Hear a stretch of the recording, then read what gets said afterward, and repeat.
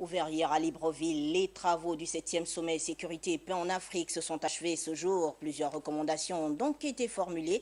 Les pays appelés les A3 représentés par l'Afrique du Sud, le Niger, la Tunisie et les autres États membres de l'Union africaine ont, durant 48 heures, échangé et harmonisé leurs violons sur les stratégies à mettre en œuvre dans la prévention des enfants en cas de conflit. On retrouve Patricia Lidimouélé et Gérard Magnagna.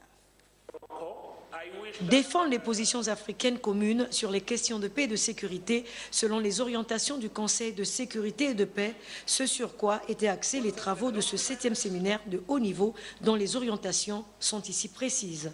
De défiler notamment au financement des opérations de maintien de la paix en Afrique, à la réforme du Conseil de sécurité des Nations Unies et à l'ingérence extérieure dans les affaires internes des pays africains, auquel l'A3 doit faire face pour s'acquitter de son mandat donné par l'Afrique au Conseil de sécurité de l'ONU.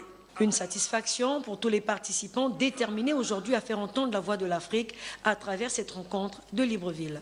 Nous restons convaincus que notre rencontre de Libreville a produit les résultats escomptés, ceux d'une meilleure organisation du travail entre nos deux groupes à New York et Addis Abeba, ceux d'une meilleure appréciation des défis communs et des moyens d'y parvenir, ceux d'une meilleure appréhension de notre manière de porter haut la voix de l'Afrique, quelles que soient les tribunes.